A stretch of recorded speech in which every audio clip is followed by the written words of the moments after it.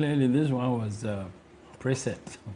Preset? Yes, it was basically preset. I mean, from all the information that we had before the process came to an end, and most peculiarly, the weighing in of the NIB, the National Investigations Bureau, in coming out with some supposed report, investigation, I don't know whether it was a poll or whatever, that NAPO was the most popular, most preferred running mate.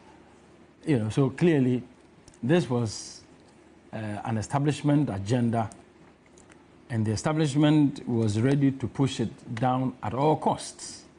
So for me, it's not strange that it turned out this way. But the point is that a lot of the issues that are coming up now about NAPO's running mate position shows clearly that the NPP has gone from one mistake of choosing Bawuliar as candidate to the next of choosing Dr. Matthew Opoku-Prempeh as running mate. Why do you describe Dr. Mahmoud Bawuliar's choice as a mistake? Bawuliar is a very big mistake.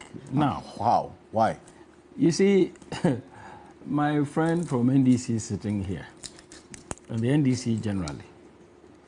I had said this when we were in the party primary before, that the way the establishment was basically shepherding and predetermining the selection of Dr. Bawuliar as the candidate, if that did happen, about 70% of the campaign work of NDC would have been done. Why? I'm a media person. All NDC needed to do was to pick some of the key statements that Dr. Bawuliar had been making since 2008, 2012, 2016, before NPP came into office. And then juxtapose it to the current situation, particularly on the economy. And half of NDC's campaign would have been done. And this is exactly what the NDC is doing right now. To the extent that Dr. Bawuliar himself has confessed on his Facebook wall that he gets distressed when videos and audios and recordings of his own statements are played back to him. Well, that was Nana Komia, actually. Yeah. Yes. So you see, I thought that the MPP would have looked at the strategic issues involved in particularly how your opponent would position themselves against your candidate, presidential. It doesn't seem like they did. So they selected Bawuliar. And every turn of the way, there is one tape or the other that is thrown into Bawuliar's face. And it is very difficult for you to run away from it because this is audio, video, recording live. Now, when you have come through that kind of situation, so you get selected as the candidate, presidential. So now the party looks for a running mate. And my sense would have been that the running mate would provide some mitigating effect on the negatives of the presidential candidate. And you go and select a person who is not just tagged. NAPO has not been tagged as arrogant. He is arrogant. How do you see now, when you take his responses to public concerns, I mean, is that a tag? When somebody speaks to you a certain way without respect, and then people say that if you speak this way, you are arrogant. Is that a tag? It only shows you what is inside the person. That is his character.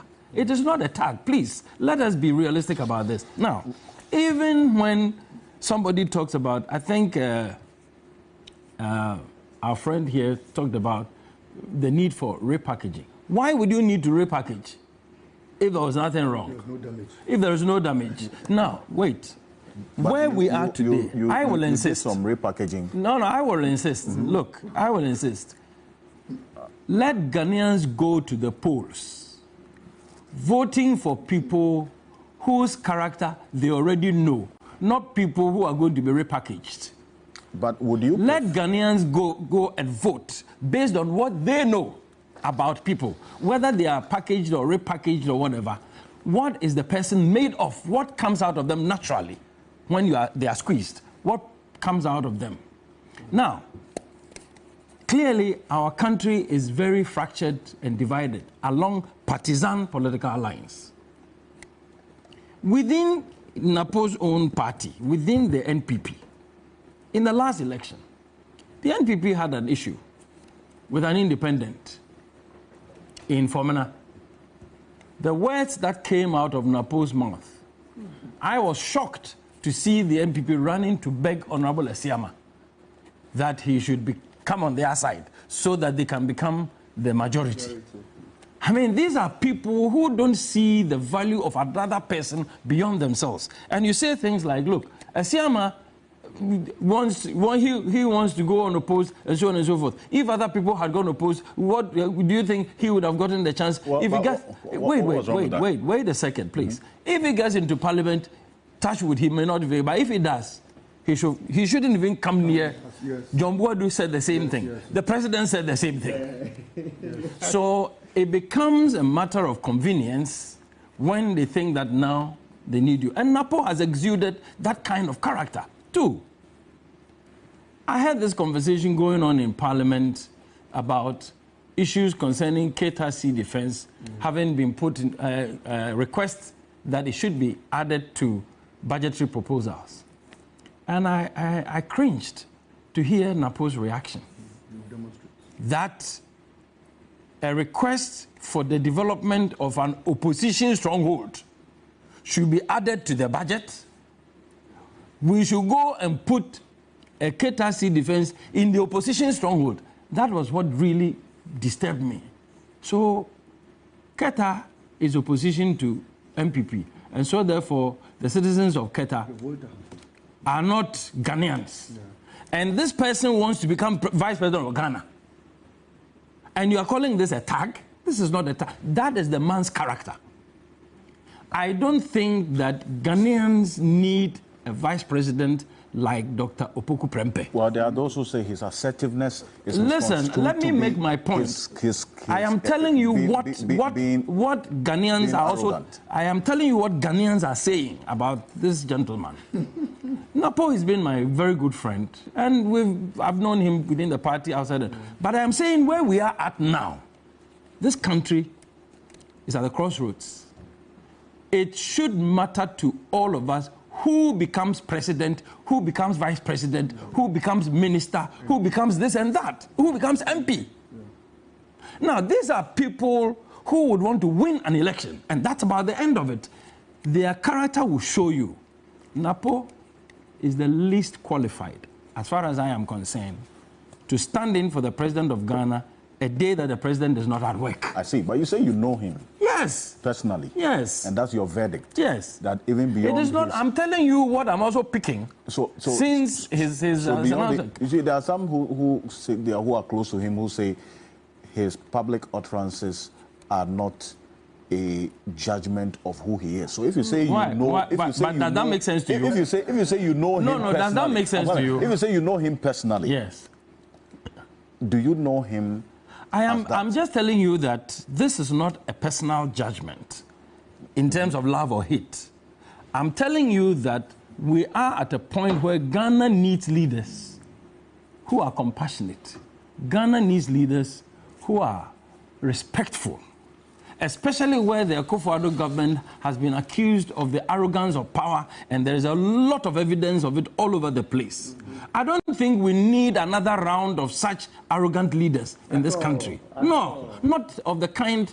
Look, I don't think anybody would take what I'm saying as an attack on NAPO's person. That is what it is. Simple.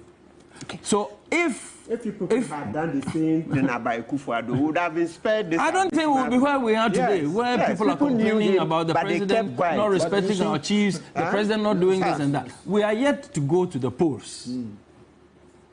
And the Constitution of Ghana says that whoever is the running mate of the person who gets elected is deemed to have been elected. So if, as far as I'm concerned, touch wood, Bawuliar gets elected, it means that NAPO becomes the vice president. And I don't think that Ghana needs a president who cannot be trusted, a president who is running away from his own words, a president who is not ready to stand up to the thing that he said just a short while ago, and a vice president who doesn't respect anybody apart from himself. I don't think we need that. Talk about and this one